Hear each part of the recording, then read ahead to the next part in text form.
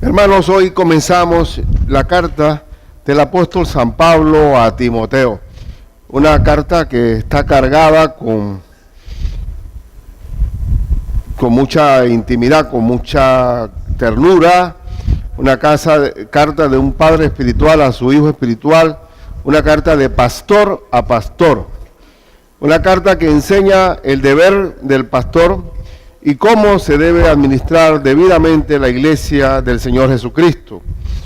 Y vamos a ver hoy, en la porción primera del versículo 1 al 12 del capítulo 1, cuál es el encargo, el mandato que dio el apóstol Pablo a Timoteo como pastor, a un pastor que estaba a punto de querer abandonar el ministerio, un pastor que se había acobardado frente a grandes problemas que estaba enfrentando, y que el apóstol le ordena que cumpla su ministerio hasta el final.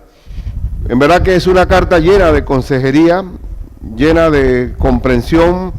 Si un pastor quiere aprender cómo pastorear, debe conocer muy bien 1 y 2 Timoteo, y también cómo se debe llevar la iglesia del Señor ordenadamente, qué es lo que Dios espera de su iglesia a raíz de un buen pastorado, en el desarrollo de un buen pastorado. Entonces, eso es lo que vamos a ver hoy, y el tema se titula El mandato pastoral, el mandato pastoral. Y no es fácil lo que vamos a ver, y quisiera pues entrar directamente en materia. Vamos a ver desde el primer versículo. Pablo, apóstol de Jesucristo, por mandato de Dios, nuestro Salvador. El apóstol Pablo no se autonombró apóstol. Él fue ordenado apóstol directamente por Dios y del Señor Jesucristo, nuestra esperanza. El apóstol Pablo se le apareció el Señor en el desierto, allá en camino a Damasco, y le dijo, lo tumbó, y le dijo, lo derribó, y le dijo: Saulo, Saulo, ¿por qué me persigues? El Señor le comisionó, él apartó, él escogió, él eligió al apóstol Pablo. Y el apóstol Pablo tenía como asistente, uno de sus asistentes fue Timoteo. Pero el asistente ahora, a una persona de mayor espiritualidad, de mayor madurez, se le asignó a Timoteo un deber mayor, que es ser apóstol. Ya dejó de ser asistente para pastorear una iglesia. Y por eso que esta carta está dirigida, dice el verso 2, a Timoteo, verdadero hijo en la fe. Él fue el papá espiritual de Timoteo, fue el apóstol Pablo, nada menos, un verdadero hijo. Y llámese verdadero porque en verdad Timoteo fue un hijo estupendo, obediente en todo lo que Dios ordena en su palabra. Y me gusta el saludo, que debe ser el saludo de todos. Nosotros siempre decimos bendiciones, hermano. Aquí en América, norte y sur, siempre decimos bendiciones. Cuando uno va a Rumania, los hermanos se dicen paz. Peche. Siempre pachi, no me acuerdo ahora cómo es. Pache, ¿ah? Oye, ahora tenemos varios rumanos aquí. Entonces, la paz. Y nosotros somos bendiciones, hermanos, bendiciones. A veces pienso que bendiciones siempre se refieren muchas veces a bendiciones materiales, pero acuérdense que nuestros verdaderos tesoros son espirituales. ¿Cuáles son los 3 regalos que debían estar aquí? Gracia, misericordia y paz. ¿Paz de quién? De nuestro Padre y de Cristo Jesús, nuestro Señor. Gracia, misericordia y paz. Si tenemos esas 3 cosas de Dios, esos atributos de Dios en nosotros, no necesitamos nada. Entonces, aquí entramos en materia, y el encargo, el mandato que Dios le da a Timoteo, que debe ser un mandato para todo pastor, porque esta carta es dirigida a Timoteo, pero también es dirigida a Ricardo, y también es dirigida a ti también. Pero básicamente, y quiero estar muy claro, que es una carta que apunta básicamente al pastorado, y hay mucho que aprender aquí. En primer lugar, el encargo es: tienes que detener la mala doctrina. Detén la mala doctrina. Es una hierba venenosa que se mete en el sembradío. Y vamos a ver los versículos el versículo 3. Como te rogué que te quedases en Éfeso cuando fui a Macedonia, para que mandases a algunos que no enseñen diferente doctrina. ¿Se puede enseñar una doctrina diferente? Sí. Una falsa doctrina, una mala doctrina. Por eso que la Biblia habla de falsos maestros y falsos profetas, que no enseñen diferente doctrina, ni presten atención a fábulas. Déjenme ver si esto me corresponde muy bien. Ni presten atención a fábulas y genealogías interminables que acarrean disputas más bien que edificación de Dios, que es por fe. Así te encargo ahora. ¿Cuál es el encargo? Primero, no permitas que se enseñe una diferente doctrina a la enseñada, ni tampoco permitas que se introduzcan fábulas. ¿Qué son fábulas? Inventos de hombres, cuentos de vieja, como el apóstol Pablo dice más adelante. Hermanos, dígame si no, que ahora que estamos entrando a noviembre y viene diciembre, ¿cuántas fábulas se hay en torno a la Navidad? Que se derivó en un Santa Claus y se derivó en un montón de cosas, fábulas de que la mula no pare porque se comió la paja del niño en el pesebre, inclusive nuestros propios cantitos navideños, ¿cómo que le llaman los cánticos navideños? Los villancicos que heredados de nuestra patria, nuestra madre patria española, y cuántos cantitos que hay, que cascabel, cascabel para allá. Estamos hablando de niños muy chiquitos que andaba, esta noche es Nochebuena, vamos al monte, hermanito, a cortar un arbolito, y todo se vuelve un cuentito de viejas y de cosas y de curiosidades, y ya que los magos le ponemos 3 nombres, a Melchor, Baltasar, y no sé cuál es el otro. Gracias, hermano, yo no retengo nada lo que no es bíblico. Y entonces, y comienzan los inventos de viejas y fábulas que lo que hacen es contaminar la palabra. No te pido que no permitas que se predique una doctrina diferente a la que es la pura palabra del Señor, que no entres en fábulas ni genealogías interminables. Y eso de genealogía interminable, eso es muy dado a los judíos, de buscar de dónde viene fulano, hasta dónde, porque ellos siempre querían el orgullo racial de que ellos son el pueblo de Dios, y nosotros como judíos estamos llamados a alumbrar, a iluminar a los gentiles perdidos, ignorantes. Y entonces, era muy dado a entrar en este tipo de controversias, de fábulas y de genealogías interminables. ¿Y qué pasa cuando las cosas no vienen directamente de la palabra de Dios? Lo que sigue, que acarrean ¿qué? Disputas más bien que edificación de Dios, que es por fe. Y esta fe se refiere a la doctrina, porque somos un solo bautismo, una sola fe. ¿Qué se está refiriendo fe ahí? A la doctrina. ¿Cómo yo me edifico? Con la palabra de Dios. Así te encargo ahora. Entonces, la primera advertencia, detén la mala doctrina. Detén la mala doctrina. La mala doctrina es un estorbo. Y quiero decirle que los peores eventos en mi vida pastoral no ha sido con el pecador. A mí no me interesa que en la iglesia entren saqueos. Saqueos, ¿sabe? No de saqueadores. De saqueos que vivieron una vida perdida. No importa que vengan María Magdalenas, que se le sacaron 7 demonios. No importa qué tan malo vivimos en nuestra vida pasada. Cristo es experto enderezando torcidos. Es un buen chapitero, y ni siquiera es chapitería. Es corazón nuevo y chapitería nueva. Pero cuando se introducen a escondidas personas que quieren desviar la sana doctrina, eso hay que pararlo enseguida. Y déjeme decirle que frente a frente, frontalmente he enfrentado a Satanás varias veces. Cada día estoy más preparado para enfrentar a los que quieren introducir una mala enseñanza en la iglesia del Señor. No hay peor cosa que la herejía. No hay peor cosa que una mala doctrina. Es horrible. Se fragmenta todo. Se divide la iglesia del Señor. Y por eso el discipulado. ¿Por qué el discipulado? Para tener una misma mente, un mismo hablar, una misma manera de pensar. Y eso se llama unidad. Pero siempre va a venir, gracias a Dios, que producto de estar atentos, evitamos que la mala doctrina penetre en el cuerpo de Cristo Jesús. Siempre hay que estar alertas. Y miren, búsquense cuál es como pastor.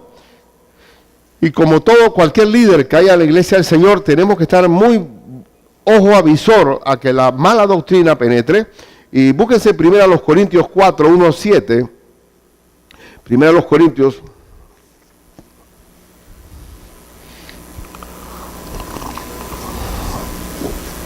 4.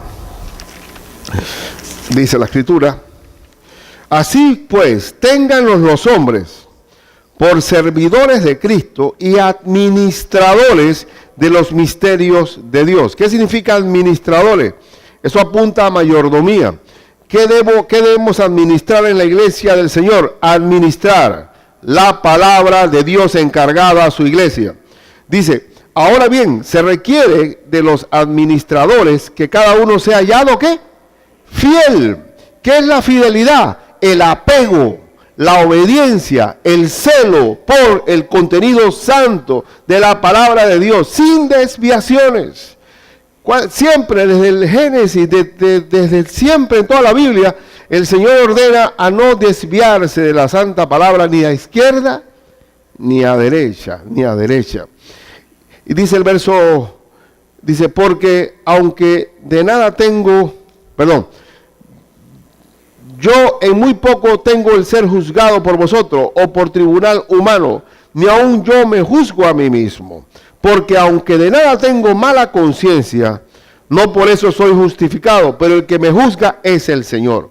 Dice, así que no juzguéis nada antes de tiempo, antes que venga el Señor, el cual aclarará también lo oculto de las tinieblas y manifestará las intenciones de los corazones, y entonces cada uno recibirá su alabanza de Dios.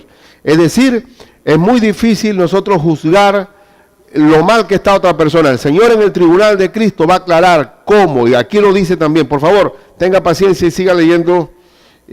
Aquí estamos, quiero remitirlos a, un segundo, el versículo 10 del capítulo 3 de Corintios. Conforme a la gracia de Dios que me ha sido dada, yo como perito arquitecto puse el fundamento y otro edifica encima, pero cada uno mire cómo sobreedifica, porque nadie puede poner otro fundamento que el que está puesto, el cual es Jesucristo. Y si sobre este fundamento alguno edificare oro, plata, piedras preciosas, madera, heno, hojarasca, la obra de cada uno se hará manifiesta, porque el día la declarará. Pues por el fuego será revelada, y la obra de cada uno, cual sea, el fuego la probará. ¿Qué quiere decir esto? Si hay iglesias, y tenemos que tener muy en cuenta esto, la obra del Señor tiene que edificarse con buenos materiales. ¿Y el buen material de dónde viene? De la santa palabra de Dios. Si uno se aplica en el amor, fe, esperanza y amor, que para mí son el oro, la plata y las piedras preciosas, vamos a tener una iglesia que Dios la va a probar allá y dice, usaste buenos materiales. Pero a veces ustedes saben bien que hay edificios construidos con materiales baratos, con cemento y con arena de mala calidad, que se ven muy bonitos por fuera, pero cuando uno ya comienza a vivir dentro de ellos, comienzan a rajarse, son muy expuestos al fuego, y uno puede ver que uno puede edificar algo que se ve bien, pero con malos materiales. ¿Quién va a probar el valor, la calidad de los materiales? El Señor Jesucristo. Pero como pastor, yo debo asegurarme de que los materiales de construcción en la obra del Señor sean de buena calidad. ¿Y eso qué significa? Apegarme al contenido santo de la palabra del Señor. Cuando el Señor le dijo a Pedro, Pedro, tú me amas a mí, apacienta mis corderos. apacienta mis ovejas. ¿Y cómo crecen las ovejas del Señor? Con el pasto del Señor. Y por tanto, toda edificación del Señor tiene que ser con la calidad y no permitir que vengan invasiones doctrinales que acaben o maltraten al pueblo del Señor. Como pastor es mi deber hacer eso, porque uno puede a veces, dice que la leche a veces está tan adulterada que hasta leche tiene.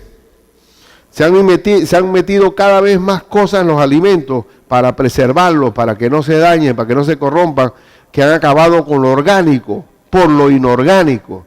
Y en vez de dar alimentación, lo que están haciendo es desnutrir enfermedades que han venido, porque la pureza de los alimentos se han deteriorado por hormonas, por un montón de cosas, con el afán de vender y de enriquecerse. Pero la iglesia del Señor tiene que ser con buena calidad, con buena alimentación, hermano mío. Y es deber pastoral detener la mala doctrina. Y cada día estoy alerta, porque eso va a ocurrir y lo vamos a ver más adelante. Segunda de Timoteo 4:3, ¿qué dice? Segunda de Timoteo, ahí cerca. Segunda de Timoteo 4, versículo 3. Porque vendrá tiempo cuando no sufrirán la sana doctrina. ¿Cuándo están esos tiempos, hermanos? Estamos viviendo esos tiempos. Sino que teniendo comezón de oír, se amontonarán maestros conforme a sus propias concupiscencias.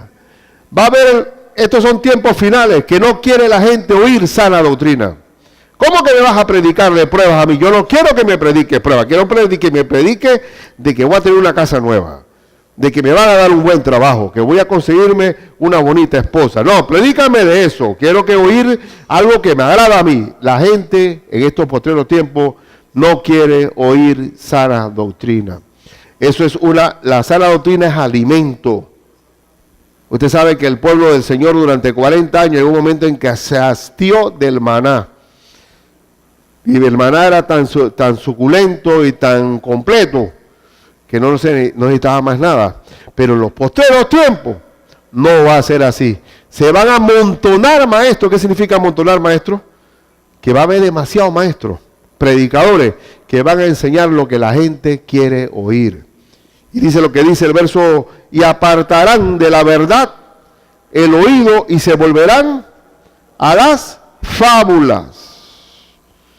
Esto está profetizado, esto es una realidad. Pero mi deber como pastor es que no entre la fábula dentro de la iglesia del Señor. Ahora siempre va a haber fábulas por ahí porque la gente le gusta lo oculto, le gustan los efectos especiales, le gusta lo místico, lo esotérico. Quieren la bola de cristal. Una vez yo tuve dos compañeras que me dijeron, ay, licenciado, yo no sabía que usted era pastor. Sí, soy pastor. Y se metieron dentro de la oficina y dije, ¿usted tiene palabra para mí? Bueno, yo casualmente estaba haciendo un devocional hoy y digo, no. Era para mí. Digo, bueno, precisamente, mira que este salmo me dijo a mí, a mi corazón, no. Una mía, que yo no entendía ese lenguaje. Ella me estaba diciendo, ¿qué dice Dios que le diga a través mío a ella? Dice Dios que te diga, o Dios me dijo que te dijera. Digo, hermana, por favor, no volvamos a las fábulas. Dios habla claramente, pero no quieren la sana doctrina, quieren escuchar fábulas, demasiados efectos especiales, demasiado Walt Disney, demasiado de Star Wars, demasiada fábula en el ambiente y quieren llevar la fe de la misma manera. ¿Qué dice Pablo? Para ese asunto. No permita fábulas. Detén la mala doctrina. ¿Lo dice o no lo dice? Vamos a leerlo de nuevo. Para que mandases a algunos. La gente que contamina no son muchos. ¿Qué tiempo dura? ¿Cuánta levadura se necesita para leudar toda la masa? ¿Cuánta? Poquita levadura. Es un poquitito que se requiere. ¿Cuánto usted se le cae una gota de agua dentro de una leche en polvo? O un poquito de agua. Llega un momento en que eso no llega a fermentarse. Claro que sí. No se necesita mucha gente para producir una mala doctrina. Pero lo está diciendo aquí que no enseñen mala doctrina. Es un deber. Para la mano ahí. Hermano, eso que te está diciendo no está bien.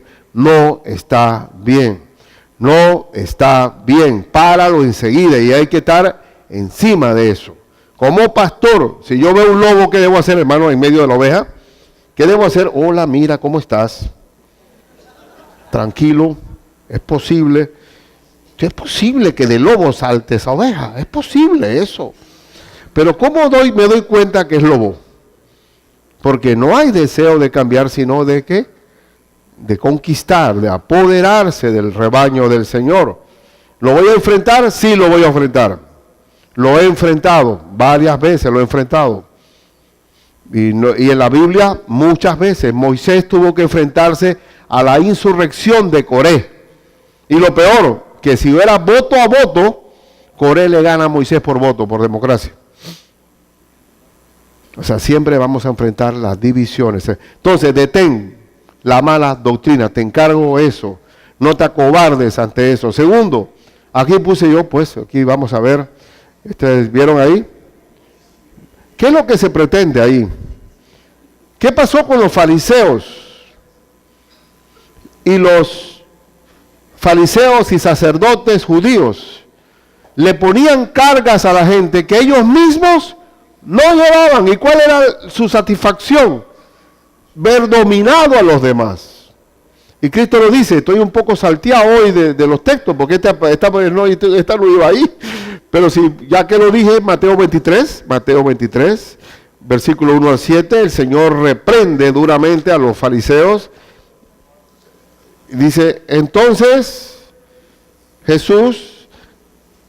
habló Jesús a la gente y a sus discípulos diciendo, en la cátedra de Moisés se sientan los escribas y los fariseos, ellos dictan cátedra. Así que todo lo que os digan que guardéis, ¿qué dice? Guardadlo y hacedlo, mas no hagáis conforme a sus obras, porque dicen y no hacen. Eso es increíble, pero es así. Mucha gente que predica, o mucha gente que inclusive son líderes políticos o lo que sea, muchas veces dicen que están haciendo algo que no hacen. Y eso se llama fariseísmo, porque atan cargas pesadas y difíciles de llevar y las ponen sobre los hombros de los hombres, pero ellos ni con un dedo quieren moverlas. Pues no solo quieren infectar y contagiar la sana doctrina de la iglesia, sino llegar a someter a la gente, llevando cargas que ellos mismos no llevan.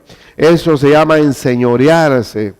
Pero ustedes saben bien que el líder espiritual, el verdadero líder espiritual de la iglesia del Señor, si quiere ser primero, ¿qué tiene que ser? Siervo de todos. El servicio es el camino donde se evidencia el liderazgo espiritual de la iglesia. Normalmente nunca un líder espiritual se quiere enseñorear sobre los demás. Y con esta gente, con sus fábulas y su genealogía, estos judíos que se infiltraron, o personas que se van a infiltrar entre nosotros, van a decir, esto está mal, esto está mal. Yo pienso así, y si hay un par que ponen el oído, ellos no necesitan mucho. Hay un libro que se llama, que se lo recomendé ahí en la escuela Obreros, ya, Dragones Bien Intencionados. Ellos parecieran que tienen buenas intenciones, pero son dragones. Y es mi labor. Un pastor, pregunto yo, ¿debe estar alerta a la posible intromisión de lobos en su rebaño? ¿Sí o no? Donde hay ovejas, ¿hay lobos? ¿Y hay lobos vestidos de ovejas? ¿Cristo lo advierte en su palabra? Sí lo advierte, y así que yo tengo que estar bien alerta, mirando el rebaño, viendo para allá, viendo para acá. eso es el ojo del que tiene la responsabilidad de evitar que se apodere alguien del rebaño de Dios, Entonces, en segundo lugar, el Señor sí quiere a través de Timoteo dejar bien claro que el pastorado significa enseñar una doctrina donde el amor sea sincero, sin hipocresías.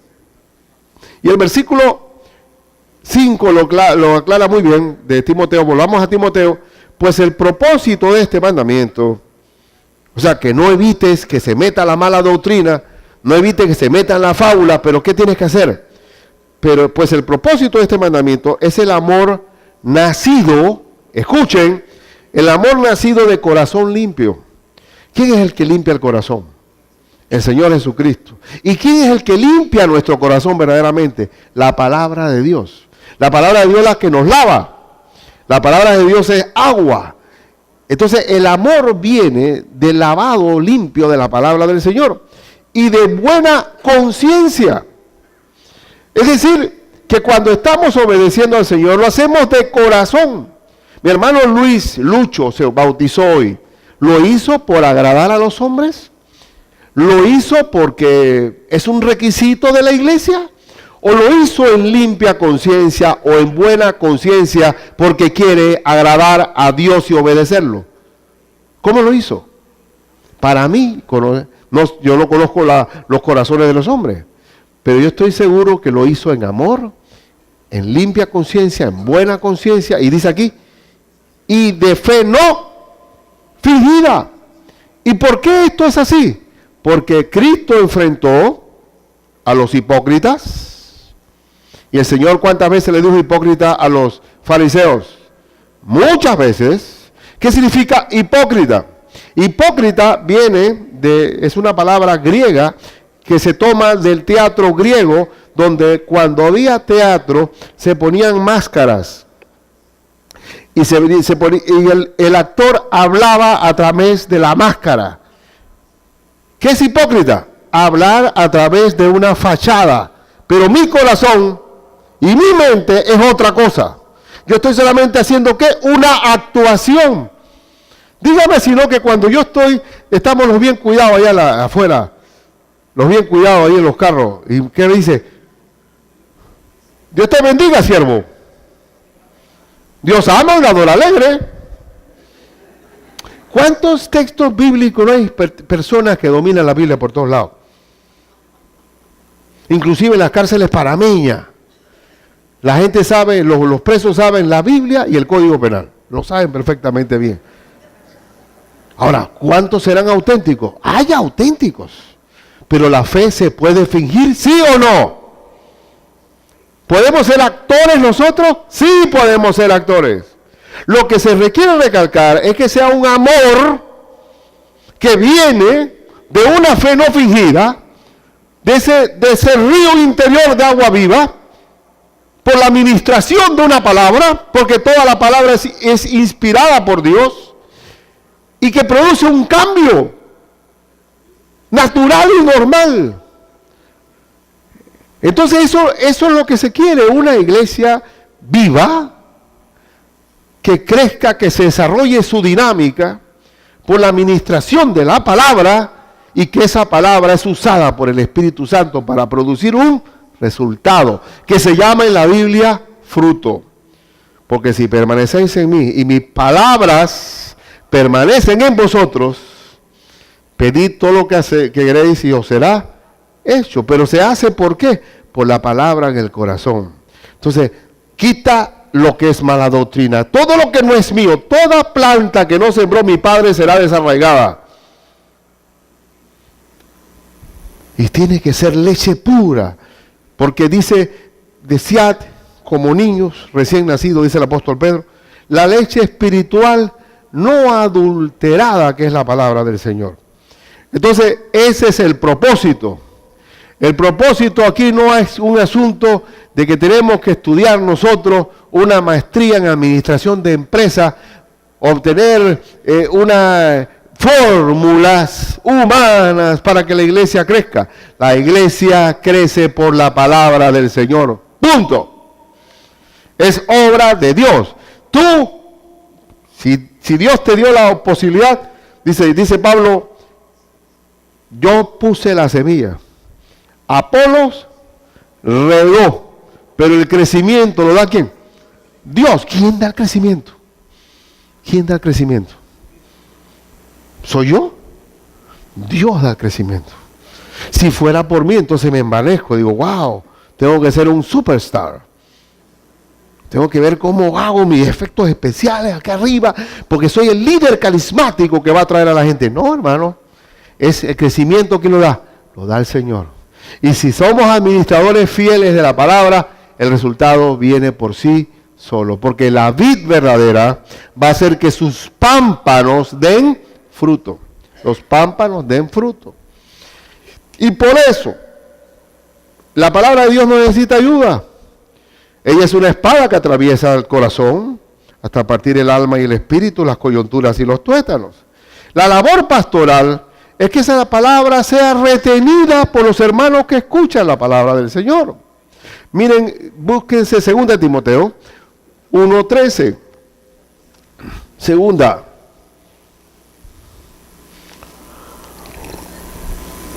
Dice, retén la forma de las sanas palabras que de mí oíste en la fe y amor que es en Cristo Jesús. ¿Cómo tenemos que retener la palabra? Hasta en sus formas. Hay Biblias ahora que parafrasean. Ay, no, porque la gente cada día hay cierto lenguaje. La Reina Valera es un poco complicada porque usa vosotros y sois y sepáis y entonces fuisteis. Y no, porque ese es un español un poco, digo, mira mi hermano, la Reina Valera, traducción hecha directamente por monjes españoles en una persecución de una santa inquisición horrenda, que tuvieron que vivir en el exilio hasta el final, ha tenido un fruto histórico en nuestra lengua castellana maravillosa. Es una Biblia con testimonio. Y cada uno, la Biblia Ferreira en Portugal, la Biblia, la King James en Estados Unidos, Dios siempre ha guardado su palabra. Es increíble.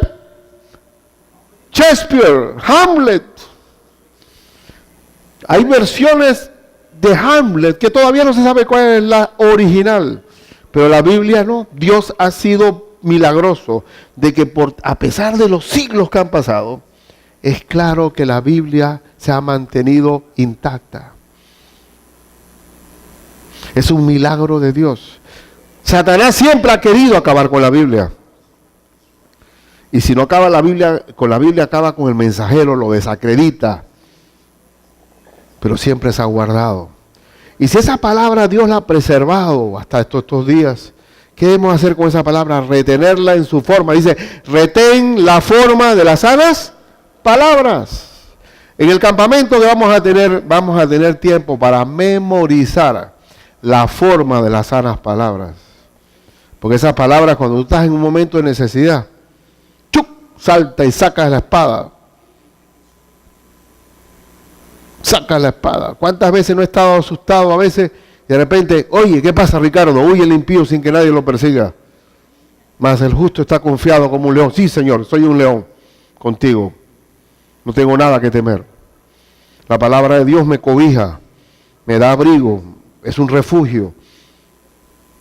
Y por eso hay que retener la forma de las sanas palabras, en un amor sincero, en una palabra que no hay trampa, no hay viveza.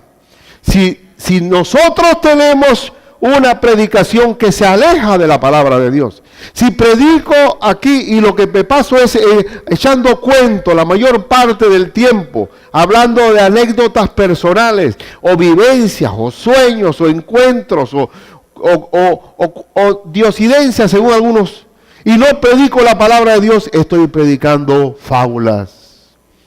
Porque lo que edifica, lo que llena, lo que enseña es la palabra del Señor. Si aquí tenemos un culto hoy, donde hubo un mover del Espíritu, pero no hubo palabra, eso es un merengue en un recreo, hermano. Le da un merengue a un niño en el recreo y sale corriendo por todos lados, todo el mundo emocionado, pero cuando llega a la casa llega sin energía, sin nutrición. ¿Y cuántas veces nos reunimos? Muchas veces, iglesia, que va a ser un jolgorio de gozo, pero el lunes no, nadie se llevó nada para la casa que edifica, porque no hubo enseñanza del Señor. Lo que edifica no es la fábula, no es el cuento de vieja, no son experiencias personales. Lo que edifica es la palabra de Dios, porque no solo de pan vivirá el hombre, sino de toda palabra que sale de la boca de Dios. Y ese es mi deber, es nuestro deber. Un amor sin hipocresía. Sin hipocresía. Vean, búsquense Tito 1.13. Tito 1.13 dice: este testimonio es verdadero, por tanto, repréndelos duramente para que sean sanos en la fe. Sanos en la fe. Usted sabe que la palabra saludable aquí que se usa y de sana doctrina en el griego, porque de vez en cuando lo uso, no para hacerme jactancioso de que quiero serme el intelectual del griego, pero sí me gusta de vez en cuando hacerlo. Sano viene de higiene. Mira tú, la palabra higiene es griega.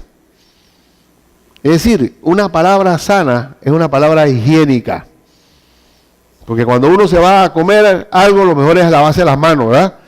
Bueno, la palabra de Dios es higiénica, una sana doctrina, es una doctrina higiénica. Higiénica. Capítulo Tito 2:1. Pero tú habla lo que está de acuerdo con ¿qué? Con la sana doctrina. Versículo 8. Palabra sana y reprochable, de modo que el adversario se avergüence y no tenga nada malo que decir de vosotros. Es decir, que cuando el adversario, llame ese adversario al diablo y al mundo, ante la autoridad de la palabra, se avergüence y se echa para atrás. Se echa para atrás. Entonces, ¿qué es lo que se pretende como pastor? Que un amor, que una convivencia, que una comunión, que una comunidad de la iglesia del Señor sea sostenida sobre un amor nacido de corazón limpio, lavado por la palabra del Señor, de una conciencia buena donde se aplica no para ser visto de los hombres, sino agradando al Señor, y de una fe no fingida, Esa es la meta. Y en tercero, bueno, aquí le puse aquí este hombre agarrado a una cadena, ¿no? A un poste. Y eso hago referencia es que la hipocresía, que es una de los males. Cristo enfrentó la hipocresía. ¿Qué peleó más Cristo durante su ministerio? ¿Cuál era lo que peleó nuestro Señor Jesucristo en el ministerio de Él? El sábado. El sábado. ¿Tú por qué sanaste el sábado? Mira, este hombre tenía 38 años de estar paralítico, salió con la camilla y le dijeron, ¿tú qué haces con esa camilla? Digo, no, el Señor, el hombre que me sanó me dijo que me la llevara. ¿Quién es ese hombre? Digo, no, Señor, yo tuve 38 años ahí en la piscina, no podía moverme. ¿A mí qué me importa? ¿Por qué estás cargando este asunto? No, Señor, pero el que me sanó me dijo ¿y qué importa? Sí, pero es que yo tuve 38 años sin caminar, ¿a mí qué me importa? Porque le dan más importancia a la forma que al fondo. Cristo enfrentó el sábado. ¿Qué enfrentó el apóstol Pablo? La circuncisión. ¿Tú estás circuncidado? ¿Estás circuncidado? ¿Y cuántas veces uno no se encuentra con creyentes y dice, perdona, pero tú has tenido tal experiencia? ¿Tienes tal don? ¿No lo tienes? Estás por debajo de mí. Yo estoy en el tercer cielo.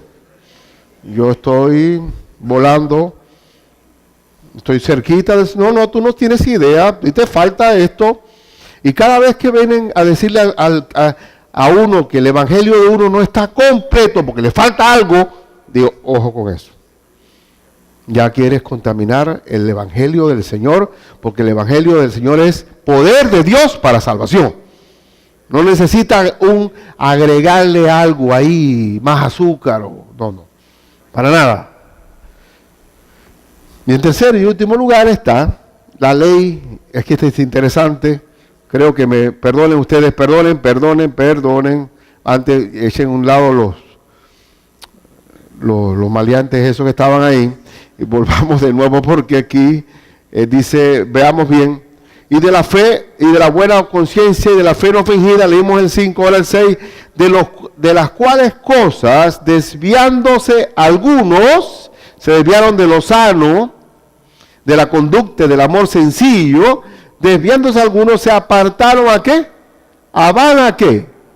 Palabrería, charlatanería, hablar por hablar, vivir del cuento. Se apartaron ¿a qué? A vana palabrería. Cuando a ti te quitan la palabra de Dios, te quedaste con la vana palabrería, con charlatanes. Versículo 7, queriendo, esto es una alusión a los judíos que se infiltraron en la iglesia, pero aquí hay muchos también que son igual que estos que están en el versículo 7, queriendo ser doctores de la ley.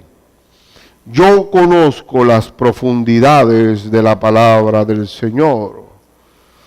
Wow, yo conozco el griego, el arameo, el hebreo, y yo he leído al doctor tal,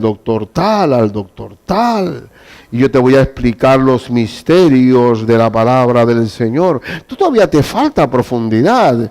Es que hay cierta gente que puede penetrar hasta allá adentro para conocer esos misterios insondables del Señor. No es cualquiera, tú eres muy ignorante. ¿Cuántos años de teología tienes? ¿Qué te pasa? Tienes que, la Biblia tienes que documentarte con otros comentarios para entrar a ver esto. Yo te voy a explicar qué quiere decir Dios aquí. ¿Hay gente que quiere hacerse doctoral con nosotros? ¿Sí? Pero hermanos, tú siempre come tu comida de la Biblia, directamente de la Biblia. No comes comida recalentada de otro.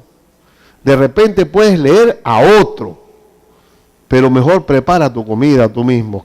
¿Hay algún misterio cuando uno lee aquí, queriendo ser doctores de la ley, sin entender ni lo que hablan, ni lo que afirman? Hay gente que quiere enseñorearse de otros.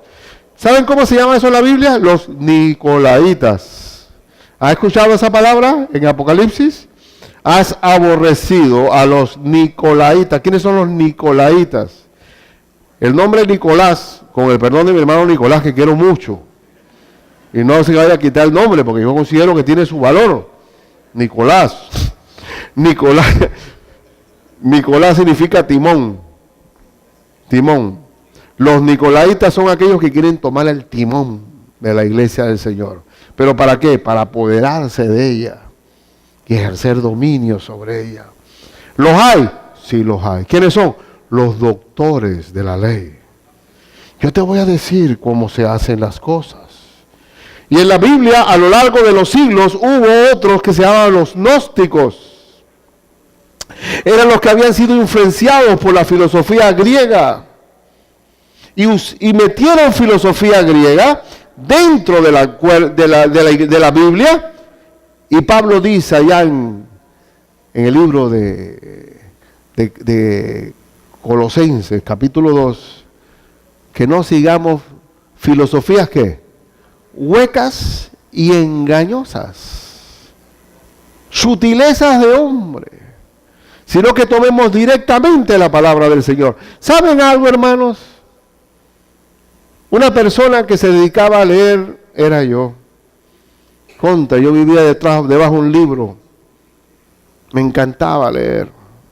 Me saturé de 1000 cosas.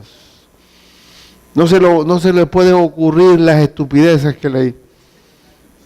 Desde extraterrestres hasta de la teoría de Darwin, eso era una locura. ¿Qué cantidad de locuras no leí yo? Era un lector consumado, con un cabezón así. Y cuando hablaba, eso era como si hablara a Dios. la última palabra, sería en cualquier lado. ¿Sabe lo que hizo Cristo? Me sacó toda esa basura y quedé como Pablo, dice, todo lo tengo por basura. ¿Frente a quién? Al conocimiento de Dios, de Jesucristo. Y cuando tú haces un delete a todas las cosas que traes del mundo, te vas a dar cuenta que, oye, estoy como mi disco duro está vacío. Y entonces cuando lo llenas del Señor, de una forma tan práctica, porque lo bonito de la Biblia es que es práctica. Yo considero que el pueblo americano es pragmático porque recibieron la enseñanza bíblica desde muy chiquitos, desde cuando eran pioneros, desde cuando los Estados Unidos decretaron un día de acción de gracias, Thanksgiving Day, ¿verdad? Celebrando porque Dios lo había apoyado de una manera maravillosa y lo declararon nacionalmente porque había muchos creyentes. Ese país creció, una barbaridad. Ese país voló en desarrollo. ¿Por qué? Porque la palabra de Dios te hace crecer. Y el pragmatismo americano, para mí, viene de la Biblia. Porque yo era un estúpido filósofo loco. Porque la filosofía sin Cristo es un ciego en un cuarto oscuro buscando un gato negro donde no hay cuarto ni gato. Y yo te digo algo, que cuando yo fui transformado por el poder de la palabra, yo solamente hice así, Padre mío, gracias porque te entiendo, te comprendo y usas palabras sencillas porque tú eres un carpintero que usas palabras sencillas y hablas de pájaros y hablas de un sembrador salió a sembrar y lo haces de una manera tan sencilla que yo simplemente me inclino ante ti y digo, bendito sea el Señor, porque los grandes usan palabras sencillas. Y cuando nos quieren decir a nosotros que no, yo tengo un doctorado en tal cosa, yo soy doctor de ciencias ocultas. Y el apóstol, creo que es Tito, vamos a ver si es Tito, Señor, ayúdame, Señor Padre mío, te lo pido, por favor, te dice, ¿dónde está? Necesito una concordancia viviente, está en Tito, momento, ¿dónde estás? Señor, ayúdame, ¿dónde está la falsamente llamada ciencia?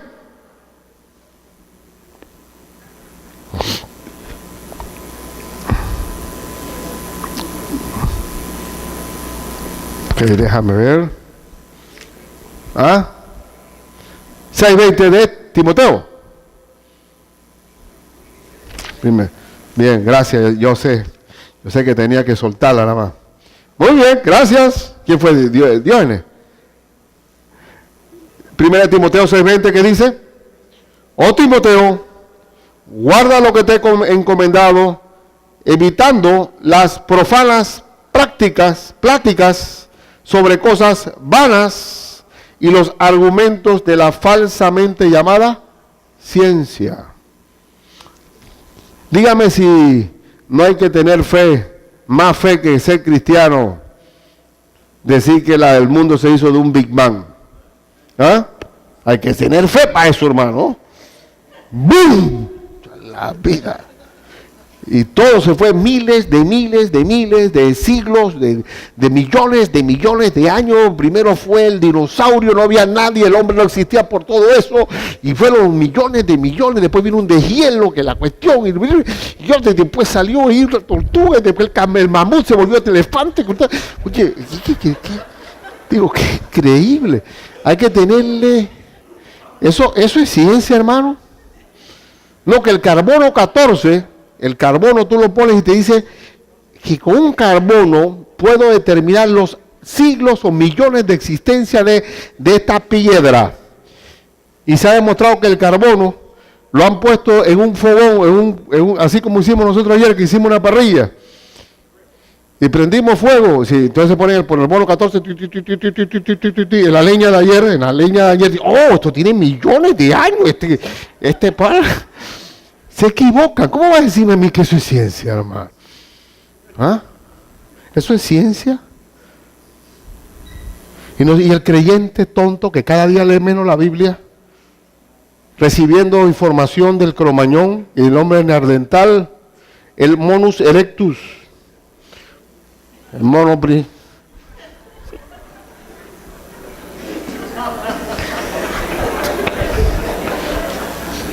Ahora pienso, antes era mono, por favor. Yo te digo, eso, hay que tener fe para eso, hermano. ¿Ah? Cuando se ha descubierto el ADN, el cromosoma, el genoma humano, que no hay forma de que mi ADN de hombre se pueda usar para un gorila.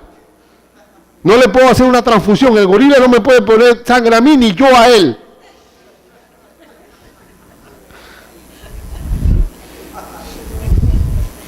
Hay que tener ciencia. Eso sí es falsa ciencia.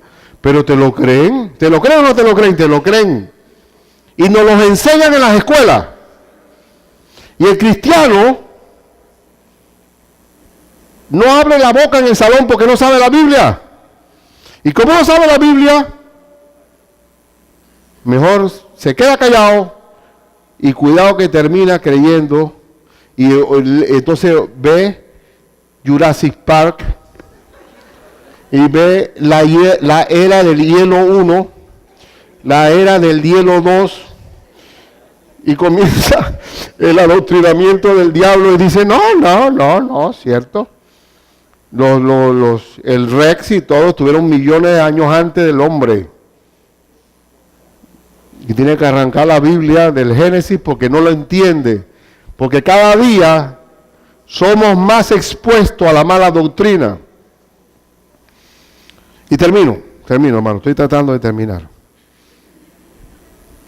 Y viene la parte final. La ley de Dios. Porque estos doctores de la ley, aparte de que traían fábulas y genealogías interminables, querían aplicar el legalismo a la iglesia del Señor. Y termino con esto. La ley no es para el justo, no es para el salvo. La ley es para el pecador. Y vamos a ver, aunque la ley me señala a mí el pecado. Y vamos a ver la parte final. Pero sabemos que la ley es buena. La ley de Dios es buena. Si se usa, ¿qué? Si uno la usa legítimamente. Legítimamente.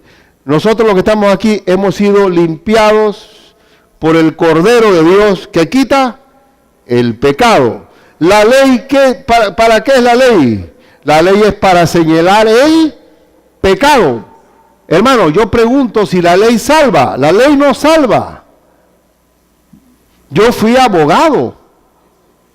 La ley, si yo me leo el Código Penal, la ley me ama a mí. No, la ley me dice, si tú haces esto, vas a ser condenado en esto. La ley no es para amar. La ley es para señalar lo malo. Pero los legalistas ponían la ley por encima de la gracia del Señor. Y si yo voy en el carro manejando hacia el interior de la República, yo tengo dentro de mi cajón un reglamento de tránsito. Y si no lo tengo, me boletean, si no lo tengo. Y yo tengo que estar viendo las señales del tránsito que están ahí. Pero yo no estoy manejando asustado viendo las señales de tránsito. Simplemente yo cumplo las señales de una forma natural con la gracia. ¿Qué significa la gracia de Cristo en nosotros? Que el Espíritu Santo nos hace manejar en esta vida cumpliendo la ley a través del Espíritu Santo que nos convence de pecado, de justicia y de juicio. Cumplimos la ley porque Cristo está en nosotros. No es algo, por eso que el campamento va a ser sobre la llenura del Espíritu Santo, que solo a través del Espíritu se cumple la ley de Dios. Pero ¿para quién es la ley? La ley es para qué, ahí lo dice. Vamos a terminar aquí. Terminar el texto y va a haber algo de doctrina. Conociendo esto, que la ley no fue dada para el justo, sino para quién? Para los transgresores y desobedientes, para los impíos y pecadores, para los irreverentes y profanos, para los parricidas y matricidas. ¿Quiénes son los parricidas? Los que matan a su padre, y los matricidas, que los maten su madre. Para los homicidas, para los fornicarios, para los sodomitas, para los secuestradores, para los mentirosos y perjuros, y para cuanto se oponga, ¿a quién? A la sana doctrina. ¿Estamos nosotros aquí para ser asustados por la ley? Vivimos la ley. La ley de Dios es para señalar el pecado. La ley es para eso. Pero pregunto, ¿alguien de nosotros podía cumplir la ley en su propia fuerza, hermano? Le voy a poner un solo renglón de la ley. No dirás falso testimonio. Dígame si no mentimos a veces. Dile que no estoy. ¿Cuántas veces no se miente? Y con Cristo fue peor. Porque la ley dice no cometerás adulterio. Pero Cristo dice, oíste que fue dicho no cometerás adulterio. Pero yo os digo que aquel que codicia a una mujer en su corazón, ya adulteró con ella. ¿Quién puede cumplir la ley? Nadie puede cumplir la ley. La ley es para los violadores, para saber que yo no me puedo salvar cumpliéndola con ella. Y quiero remitirles, dice el verso Romanos 7, 14 al 25, quizás no se va a leer Romanos. Un poquito, hermano, estoy cumpliendo mi deber como pastor en amor, hermano. No me dejen dejar esto así. Romanos 7 dice, vamos a leer, porque sabemos que la ley es espiritual, mas yo soy carnal. ¿Cómo soy yo, hermano? Carnal. ¿Hay algo bueno en mí? En Ricardo, cero. Yo soy carnal, vendido al pecado. Porque lo que hago no lo entiendo, pues no hago lo que quiero, sino lo que aborrezco, eso hago. Y es verdad. Y a veces los políticos prometen cosas que no pueden hacer porque no pueden, porque están carnales. Y si no quiero, esto hago, apruebo que la ley es ¿qué? Buena. Porque la ley me está diciendo lo malo que soy. De manera que ya no soy yo quien hace aquello, sino el pecado que mora en mí. Y yo sé que en mí, esto es en mi carne, no mora el bien, porque el querer el bien está en mí, pero no el hacerlo. Porque no hago el bien que quiero, sino el mal que no quiero, eso hago. Y si hago lo que no quiero, ya no lo hago yo, sino el pecado que mora en mí. ¿Qué es la ley? La ley me dice a mí lo malo que estoy. Pero por el Espíritu, yo sé que no puedo en mi propia fuerza cumplir la ley si Cristo mismo no me ayuda. Si Cristo me salvó, no solo me salvó, sino que me santifica. ¿Y cómo me santifica? Por el Espíritu Santo que mora en mí. Y puedo ser santo, no por mí, sino por el Espíritu que mora en mí. Pero entonces la ley no es para mí, sino para aquellos que no pueden lograr la salvación. Pero una vez estoy en Cristo, puedo vivir la vida espiritual, porque conoceréis la verdad, y la verdad os hará libres. Y termina diciendo el apóstol Pablo, según el glorioso evangelio del Dios bendito, que a mí me ha sido encomendado. Entonces, solamente a manera de, bueno, aquí le puse yo, hoy vine con figurita, tenía tiempo de no venir sin figurita.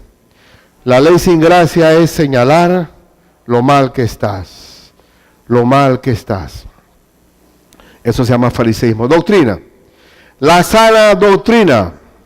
Solo la palabra de Dios limpia el corazón.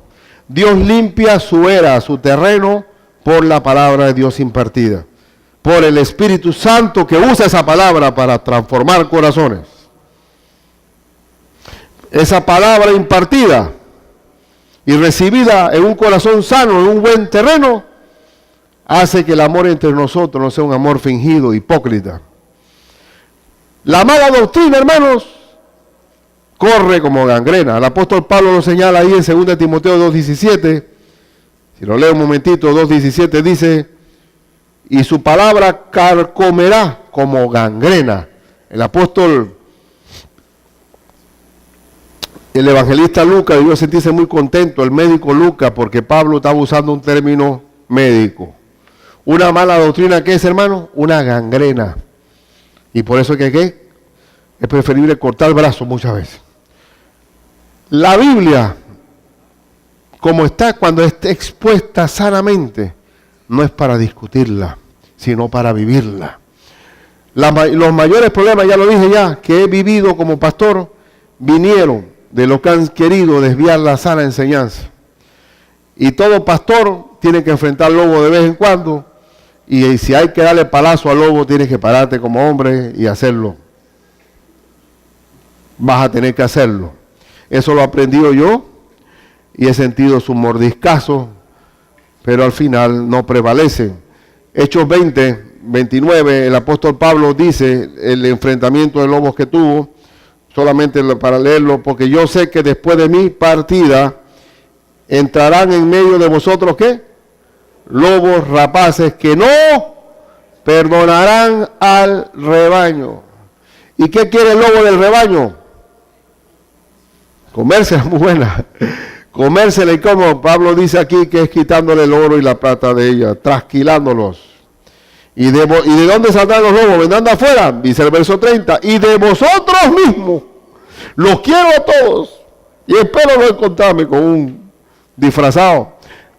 Los amo y a todos los veo ovejas, bendito Dios. Yo estoy viendo, oye, qué cosa más linda esto. Qué belleza, qué fascinación, la iglesia del Señor. Qué alegría. Esto es una belleza, pero Ricardo, como dice Katy dice que ella tiene un sueño así, que se despierta, tiene un ojo abierto y otro cerrado. Tú no has estado así, estaba hablando a Ulises, dice, yo estoy así a veces, que yo duermo así a media. Digo, bueno, Katy, eso es buena, porque así son los perros del pastor. Los perros pastorales duermen así.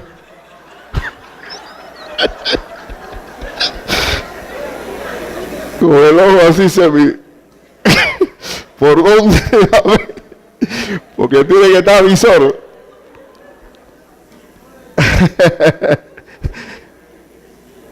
¿Y qué hay que hacer con los lobos, hermano?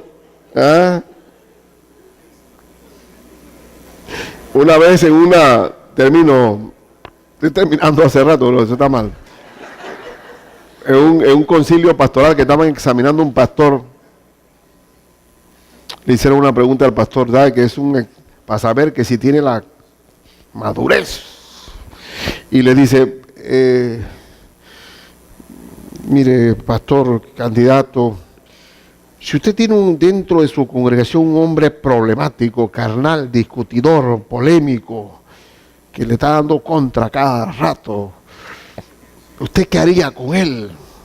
Y dice él, yo lo que haría es darle un cargo en la iglesia para que él se dé cuenta del problema que es administrar la iglesia del Señor, porque muchas veces discuten porque ellos ignoran todas las cosas que hay. Digo, el único que se parece, craso error, hermano. O sea, tú le vas a dar rango al lobo. Si tú das lengua, es que ese ya no está disfrazado, ese está solitamente, ya eso no es la caperucita roja. Tú le viste ya el hocico, le viste las patas, le viste las garras, y tú encima dices, lo vas a mimar y lo vas a poner dentro de la casa para que se coma tu abuela y todo. ¿Es eso? Digo, ¿qué te pasa a ti? ¿Qué clase de ignorancia es esa? Y lo peor de todo es que dice, no, pero eso está bien. Digo, todos ustedes están fregados. Porque no es posible que si tú le ves, camina como lobo, oye, habla como lobo, tiene lengua de lobo y encima... No. Digo, ¿qué pasó, hermano? Probad a los espíritus, dice la Biblia. Y entonces, claro que el lobo, algunos tardan en encontrarle la pezuña a uno.